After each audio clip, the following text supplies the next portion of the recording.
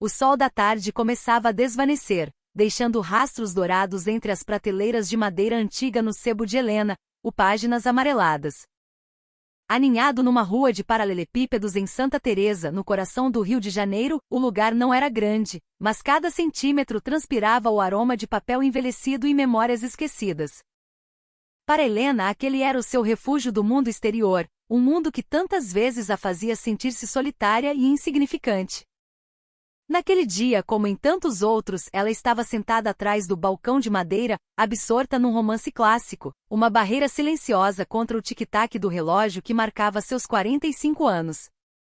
O divórcio, há mais de uma década, deixará cicatrizes que o tempo não conseguiu apagar por completo.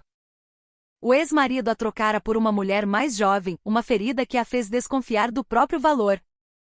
Desde então, ela se afastara de relacionamentos, preferindo a companhia silenciosa dos livros que a rodeavam. Mas aquele dia seria diferente. Passos leves e hesitantes soaram no assoalho de madeira, quebrando a tranquilidade do ambiente. Helena ergueu os olhos e viu um jovem, talvez no início dos seus 20 anos, parado diante de uma das estantes, examinando os títulos com uma expressão séria. Ele parecia deslocado ali, como uma canção pop tocando numa rádio de música clássica. "Posso ajudar em alguma coisa?", perguntou Helena, esforçando-se para que sua voz soasse amigável, embora o tom formal fosse quase uma segunda natureza. O rapaz virou-se, e um pequeno sorriso se formou em seus lábios. "Estou procurando algo." "Único", disse ele, seus olhos percorrendo as prateleiras mais uma vez. "Um romance clássico, talvez. Algo difícil de encontrar nas livrarias modernas." Helena permitiu-se um sorriso discreto. Era raro encontrar alguém da idade dele interessado em literatura clássica. "Você veio ao lugar certo", afirmou, levantando-se da cadeira. O movimento foi lento, quase relutante. "Tem algum autor favorito?" "Ah, são tantos", respondeu o jovem com uma risada contida. "Mas eu adoraria ler Dom Casmurro. Ouvi muito sobre a história, a polêmica sobre Capitu, mas nunca tive a chance de ler uma edição mais antiga." Helena assentiu, sentindo uma pontada de familiaridade. A dúvida de Bentinho era, de certa forma, um eco de suas próprias inseguranças. Ela caminhou até uma estante no canto mais escuro do sebo.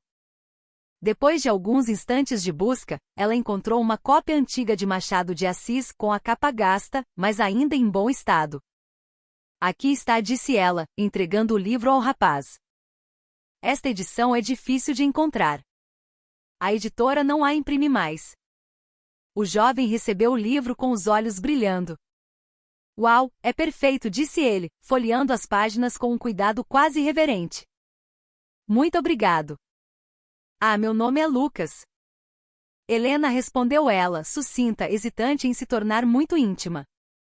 No entanto, havia algo no sorriso de Lucas que a fez sentir-se à vontade, uma sensação que não experimentava há muito tempo. Era como encontrar um oásis de água fresca no meio de um deserto emocional. Para sua surpresa, Lucas não foi embora. Ele pagou pelo livro, pediu um cafezinho que Helena sempre mantinha quente numa garrafa térmica para si mesma, e sentou-se numa poltrona de veludo gasta no canto da loja. Helena voltou ao seu balcão, fingindo continuar sua leitura, mas seus olhos se desviavam constantemente para o rapaz. Ele estava completamente imerso na história, seu rosto alternando entre concentração e curiosidade, como se o mundo inteiro tivesse desaparecido ao seu redor. Algum tempo depois, Lucas ergueu o olhar. "Helena, se não for incômodo, qual a sua opinião sobre Capitu? Traiu ou não traiu?" A pergunta a pegou de surpresa, mas também a fez sentir-se desafiada. "Capitu é o exemplo perfeito de como sonhos e a realidade podem colidir de forma trágica", respondeu ela, sua voz mais suave do que o habitual. Ela tinha olhos de ressaca, capazes de arrastar um homem para dentro de si, mas talvez Bentinho estivesse tão cego pelo ciúme que ele mesmo criou a traição em sua mente. Lucas ouvia com uma atenção que a desarmava. É fascinante como Machado de Assis nos deixa nessa dúvida eterna. Ele nos força a confrontar nossos próprios preconceitos. A conversa fluiu com uma naturalidade inesperada. Eles discutiram sobre a sociedade carioca do século XIX, a psicologia dos personagens e a genialidade da escrita machadiana. Helena sentia-se viva, como se partes de sua mente adormecidas há anos, estivessem despertando. Ela estava falando sobre sua paixão com alguém que não apenas entendia, mas compartilhava do mesmo entusiasmo. Era um diálogo entre duas almas que, apesar da vasta diferença de idade, pareciam falar a mesma língua. Quando Lucas finalmente se despediu, o céu lá fora já estava pintado de tons de roxo e laranja. Eu com certeza voltarei aqui, disse ele na porta. Podemos continuar nossa discussão, certo? Helena apenas sorriu, um sorriso genuíno desta vez. Mas, secretamente, seu coração batia descompassado. O encontro com Lucas parecia o início de algo significativo, algo que ela ainda não compreendia totalmente. Por um lado, sentia-se irresistivelmente atraída pelo jovem, por outro, temia que seus sentimentos fossem apenas uma ilusão. Como o amor poderia florescer entre duas pessoas com um abismo de 2 décadas entre elas? O livro que ela segurava em suas mãos, Dom Casmurro, parecia zombar dela, um lembrete constante de como a dúvida pode envenenar até mesmo a mais promissora das conexões.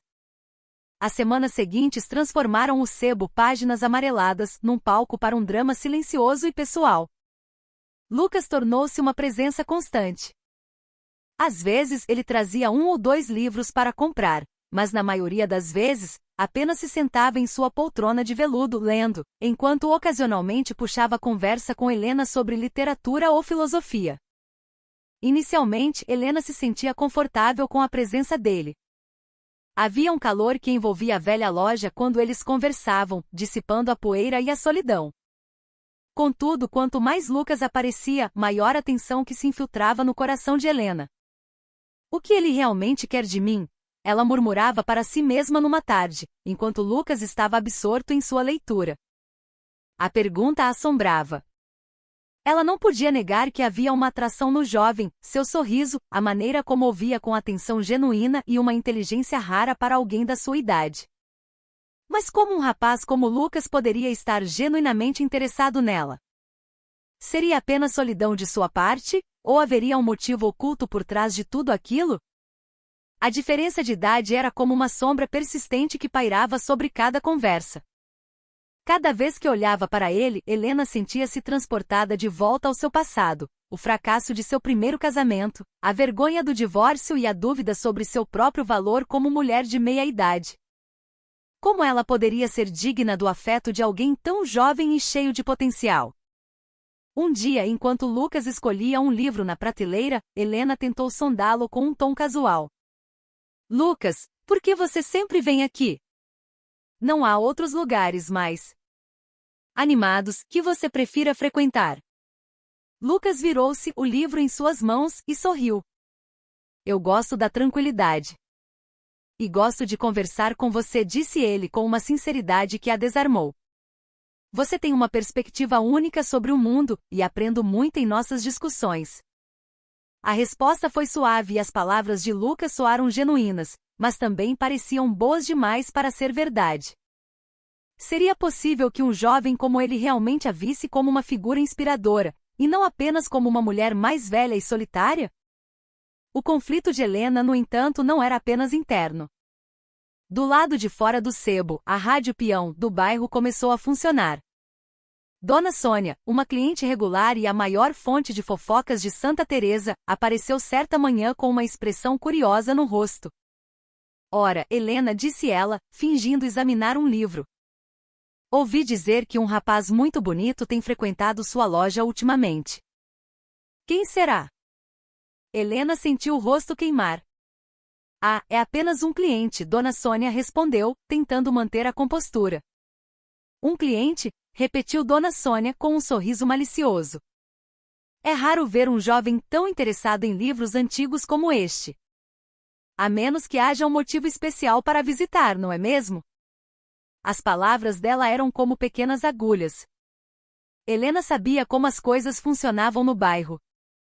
Em breve a história seria distorcida e exagerada. Como as pessoas reagiriam se soubessem de sua crescente afeição por Lucas? Eles a considerariam tola, desesperada, por se deixar envolver por um rapaz que claramente era jovem demais para ela? O conflito interno de Helena atingiu o auge quando ela começou a notar pequenos detalhes sobre Lucas. Às vezes, enquanto conversavam, ela ouvia checar o celular com uma expressão tensa. Certa vez ele atendeu uma ligação no fundo da loja, e embora sua voz fosse baixa, ela pôde sentir a urgência e o estresse em seu tom. Quando Helena perguntou se estava tudo bem, Lucas apenas sorriu e disse: "Não é nada importante." Mas aquela atitude evasiva só a deixou mais desconfiada. Será que ele tinha problemas pessoais que não queria compartilhar? Ou estava mentindo sobre algo? As perguntas a assombraram até tarde da noite. Sentada em sua mesa no sebo já fechado, ela olhava para a poltrona vazia onde Lucas costumava se sentar. Um desejo profundo de acreditar nele lutava contra o medo e a dúvida que a corroíam. Como o relacionamento deles poderia sobreviver se ela não conseguia confiar plenamente nele, ou em si mesma? Em meio à sua confusão, Helena decidiu manter distância. Começou a evitar conversas longas, fingindo estar ocupada com o inventário quando ele chegava. Lucas percebeu a mudança. Em vez de se ofender, ele apenas sorria com uma gentileza melancólica e dizia: "Se você precisa de espaço, eu entendo." Mesmo tentando se afastar, seus pensamentos não conseguiam escapar de Lucas. Havia algo em seu olhar que a fazia sentir-se culpada, como se estivesse punindo uma pessoa inocente por causa de seus próprios medos. Foi então que Helena percebeu que seu maior conflito não vinha de Lucas, mas de si mesma. Ela temia que o amor deles não fosse aceito pelo mundo, mas o que a aterrorizava ainda mais era a possibilidade de que ela mesma não fosse corajosa o suficiente para tentar. Algumas semanas depois que Helena decidiu se distanciar, a atmosfera no Páginas Amareladas tornou-se mais silenciosa. Não apenas porque os clientes eram poucos, mas porque a presença de Lucas, antes constante, começou a diminuir. Ele ainda aparecia de vez em quando, mas não como antes, quando passava horas lendo e conversando. Agora suas visitas eram breves, quase formais. Havia algo diferente em sua atitude, como se um peso invisível estivesse sobre seus ombros. Helena não podia negar que sua curiosidade se transformava em preocupação. O que estava acontecendo com Lucas? Por que ele mudou tão de repente? Essas perguntas a assombravam, tornando difícil se concentrar em seu trabalho ou em qualquer outra coisa que normalmente usava para se distrair. Numa tarde chuvosa, quando o sebo estava vazio, Helena viu Lucas entrar. Ele parecia um pouco abatido, mais magro do que de costume, mas seu sorriso permaneceu o mesmo, gentil, sincero, embora desta vez parecesse forçado. "Olá", cumprimentou Lucas, sua voz mais baixa que o normal. "Oi", respondeu Helena. "Faz tempo que não te vejo." Lucas assentiu, sentando-se numa das cadeiras no canto. Ele abriu um livro que acabará de comprar, mas Helena podia ver que sua mente não estava focada. Seus olhos frequentemente se desviavam para o celular sobre a mesa ao lado dele. Foi então que uma chamada chegou. Lucas pegou o aparelho imediatamente, seu rosto tenso ao olhar para a tela. Ele se levantou e caminhou para um canto mais afastado da loja para atender. Mesmo com a voz baixa, Helena conseguiu ouvir fragmentos da conversa. "Eu já disse que preciso de tempo. Não posso fazer isso agora." Quando a ligação terminou, Lucas voltou para sua cadeira, mas sua expressão estava ainda mais sombria. Helena tentou ignorar, mas sua curiosidade era mais forte. O que estava acontecendo? Quem estava ligando para ele? Alguns dias depois, enquanto limpava o balcão, ela encontrou algo incomum debaixo de uma das prateleiras, uma carteira de couro envelhecida que parecia familiar. Ao examiná-la, percebeu que pertencia a Lucas. Ele devia tê-la deixado cair sem perceber em sua última visita.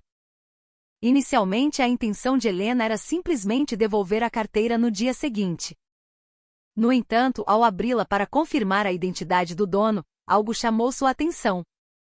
Entre o dinheiro e os cartões havia uma pequena foto já desbotada pelo tempo. A foto mostrava uma mulher de meia-idade sorrindo, com um menino ao seu lado. O que chocou Helena foi que o rosto da mulher era incrivelmente parecido com o dela.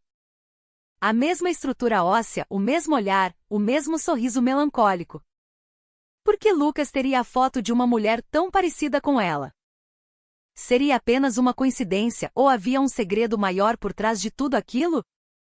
A curiosidade de Helena atingiu o auge. Ela procurou por outras pistas dentro da carteira, mas não encontrou nada que pudesse dar mais respostas. Havia apenas um nome escrito no verso da foto: Mãe Ana. Quem era Ana e por que seu rosto era um espelho do seu, 20 anos mais jovem? Naquela noite, Helena não conseguiu dormir. Sua mente estava cheia de perguntas sem resposta. Lucas estava realmente interessado nela por sua personalidade, ou havia um motivo oculto e bizarro? O relacionamento deles era apenas parte de um plano maior e mais complexo? No dia seguinte, Helena decidiu devolver a carteira a Lucas pessoalmente. Quando se encontraram, ela tentou parecer calma, mas seu coração batia forte. Sua carteira, disse ela, estendendo o objeto para ele. Você a deixou no meu sebo. Lucas pareceu surpreso, depois aliviado. Ah, muito obrigado. Eu nem tinha notado que a perdi. Helena hesitou por um momento e então disse: eu acidentalmente vi a foto. Quem é a mulher? A expressão de Lucas mudou. Ele parecia hesitante, como se procurasse as palavras certas. Depois de alguns segundos de silêncio, ele finalmente disse: é uma longa história. Não é algo que eu possa explicar assim de repente. A resposta apenas deixou Helena mais intrigada. Ela queria perguntar mais, mas vendo a expressão perturbada de Lucas, decidiu não forçar. No entanto, em seu coração, ela sabia que havia um grande segredo ainda não revelado. A partir daquele momento, Helena não conseguiu tirar a dúvida de sua mente. O que realmente aconteceu no passado de Lucas e como aquela foto se conectava à vida dela? Os dias seguintes pareceram uma longa caminhada na beira de um precipício, e Helena sabia que a qualquer momento, a verdade poderia vir à tona, para o bem ou para o mal. Numa tarde de céu cinzento, quando o sebo estava silencioso, Lucas apareceu. Desta vez ele parecia mais sério do que o habitual, seu rosto marcado pela indecisão, como se estivesse ponderando algo de grande importância. Helena tentou esconder sua atenção, mas seu olhar não conseguia se desviar da expressão de Lucas. Helena. Preciso falar com você, disse Lucas finalmente, sua voz baixa, mas firme. Há algo que eu queria te contar há muito tempo, mas tive medo de que você entendesse errado. Helena engoliu em seco, o coração martelando no peito. O que é? A mulher na foto. Era minha mãe adotiva, Ana, começou Lucas, escolhendo as palavras com cuidado. Fui adotado por ela quando era pequeno, depois que meus pais biológicos morreram num acidente. Mas antes de eu ir morar com ela, ela sempre me contava histórias sobre você. Helena franziu a testa. Sobre mim? Como assim? Eu nunca conheci. Eu sei. Vocês nunca se encontraram pessoalmente. Mas Dona Ana falava de você constantemente. Ela te conhecia de longe, te admirava. Ela descrevia a dona de um sebo em Santa Teresa, uma mulher que amava a literatura mais do que tudo, que era inteligente e forte, mas que carregava uma certa tristeza no olhar. Ela te via como uma alma gêmea platônica. A revelação foi como um raio. Lucas, por que você está trazendo essa história agora? Eu sei que parece estranho, continuou Lucas, sua voz ficando ainda mais baixa. Mas depois que Dona Ana faleceu, há alguns anos, senti que uma parte de mim se perdeu. Eu queria entender melhor quem ela era, e a única maneira que encontrei foi procurar a pessoa que foi tão significativa na vida dela, você. O mundo de Helena parecia girar. Todas as suas dúvidas e medos de repente ganharam um novo contexto. Lucas não a procurou por motivos materialistas ou por algum jogo mental. Ele veio por causa de uma curiosidade profunda, uma busca para entender as raízes emocionais de sua própria vida. No entanto, a história não terminava aí. Lucas tirou um envelope amassado do bolso. Há mais uma coisa que você precisa saber. Ela deixou esta carta para mim com uma condição. Helena pegou o papel com as mãos trêmulas. Ao ler, seus olhos se arregalaram. Na carta, Dona Ana escrevia que deixaria a maior parte de sua herança para Lucas, com a condição de que ele se casasse com alguém que fosse verdadeiramente digna. E o nome de Helena era mencionado especificamente como um ideal de parceira para a vida. Naquele instante, Helena sentiu como se tivesse sido atingida por um trovão. Seria essa a verdadeira razão pela qual Lucas a abordou? Todas as interações deles, as conversas sobre livros, os cafés. Tudo era parte de um plano para garantir a herança? Vendo a expressão de Helena mudar drasticamente, Lucas disse rapidamente: "Não é assim, Helena. Eu não sabia sobre esta carta até alguns meses atrás. E no início eu realmente estava curioso sobre você por causa das histórias de Dona Ana. Mas depois que nos conhecemos, eu me apaixonei de verdade por você. Não pela herança, não por nada que está escrito nesta carta. Eu te amo por quem você é." Helena abaixou a cabeça, as lágrimas começando a se acumular nos cantos dos olhos. Ela não sabia se devia acreditar. Tudo o que Lucas dizia soava sincero, mas o peso do passado e o medo eram grandes demais para serem ignorados. "Eu preciso de um tempo", disse ela finalmente com a voz trêmula. Eu não sei o que pensar." Lucas assentiu, seu rosto cheio de compreensão. "Eu entendo. Leve o tempo que precisar." Ele se levantou e saiu do sebo, deixando Helena sozinha com a carta, a foto e um turbilhão de emoções. A verdade finalmente havia sido revelada, mas em vez de clareza, trouxe ainda mais complexidade. Agora a decisão não era apenas sobre um relacionamento com um homem mais jovem. Era sobre legado, destino e a questão mais difícil de todas: se ela poderia confiar no amor, mesmo quando ele vinha embrulhado em coincidências e condições. O que Helena sabia era que precisava encontrar essa resposta sozinha, dentro de si mesma. A revelação de Lucas deixou Helena no estado de suspensão emocional. Por um lado, sentia-se aliviada por saber que ele não era um aproveitador. Por outro, a ideia de que seu nome estava em um testamento, como uma peça num tabuleiro de xadrez do destino, era perturbadora. Enquanto isso, os sussurros em Santa Teresa continuavam. Dona Sônia e outras vizinhas a olhavam com uma mistura de pena e curiosidade. "Um rapaz tão novo. Tem certeza de que isso é bom para você, Helena?" perguntou Clara, uma de suas amigas mais próximas, durante um café. Sua voz estava carregada de preocupação. "Você não tem medo de que ele esteja apenas se aproveitando de você?" Helena forçou um sorriso, tentando parecer confiante, embora as palavras a atingissem. "Eu sei o que estou sentindo", Clara respondeu. Mas, no fundo, ela se perguntava se realmente sabia. Atormentada pela dúvida e pela pressão social, Helena decidiu fazer algo que não fazia há anos: escrever. Ela começou a derramar todos os seus sentimentos num diário, que logo se transformou em algo maior. Escreveu sobre seu encontro com Lucas, sobre seu conflito interno, sobre as fofocas e sobre como estava aprendendo a amar sem condições. A escrita tornou-se sua terapia. Não era apenas para si mesma, mas para outras pessoas que talvez estivessem passando por situações semelhantes. Depois que o sebo fechava, Helena ficava até tarde, sentada atrás do balcão, seu laptop iluminando seu rosto na penumbra. Palavra por palavra, ela construiu uma narrativa sobre o medo da diferença de idade, a dúvida sobre a legitimidade do amor e a importância de ouvir o próprio coração. Ela também escreveu sobre sua própria jornada, sobre como finalmente entendeu que o amor verdadeiro não é definido por números, mas pela conexão emocional e pelo compromisso. Ela deu ao livro o título de A Perfeita Imperfeição. Inicialmente hesitou em publicá-lo, mas após o incentivo de Lucas, que sempre a apoiou incondicionalmente, ela finalmente criou coragem e enviou o manuscrito para uma pequena editora. Para sua surpresa, o livro foi aceito e, quando lançado, tornou-se um sucesso imediato. A história de Helena sobre um amor improvável ressoou com muitos leitores, e A Perfeita Imperfeição virou um best-seller local, colocando seu nome sob os holofotes. Entrevistas na mídia e convites para eventos literários começaram a chegar, forçando Helena a sair de sua zona de conforto e compartilhar sua história com o mundo. Em meio a todo o turbilhão, Lucas permaneceu ao seu lado.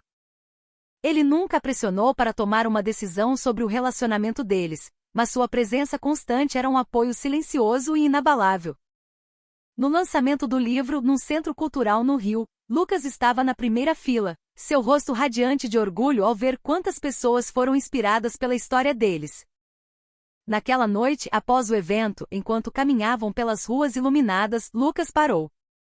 Helena, disse ele, pegando suas mãos. Eu sei que tudo começou de uma forma estranha, mas cada momento com você só confirmou o que eu sinto. Você me ensinou a ver o mundo de uma forma diferente. Você quer se casar comigo? Helena olhou para ele, os olhos marejados. Toda dúvida havia se dissipado, substituída por uma certeza serena. Sim, sussurrou ela. Sim, eu quero. Meses depois, eles se casaram numa cerimônia simples, numa praia em Búzios, com a presença apenas da família e dos amigos mais próximos. O casamento foi um símbolo de vitória sobre todas as dúvidas, fofocas e preconceitos. Eles provaram que o amor verdadeiro pode superar a barreira da idade, do passado e das circunstâncias. Após o casamento, Helena e Lucas decidiram deixar para trás sua rotina. Usaram o dinheiro da herança de Dona Ana para realizar um sonho, viajar pelo mundo. Para eles era uma forma de começar um novo capítulo, uma vida cheia de aventura, aprendizado e companheirismo. A cada lugar que visitavam, eles descobriam não apenas novas culturas, mas também novas facetas de seu próprio amor. O sebo Páginas Amareladas ficou sob os cuidados de Clara, transformado num símbolo de sua jornada, uma jornada que começou com medo e dúvida, mas terminou com um amor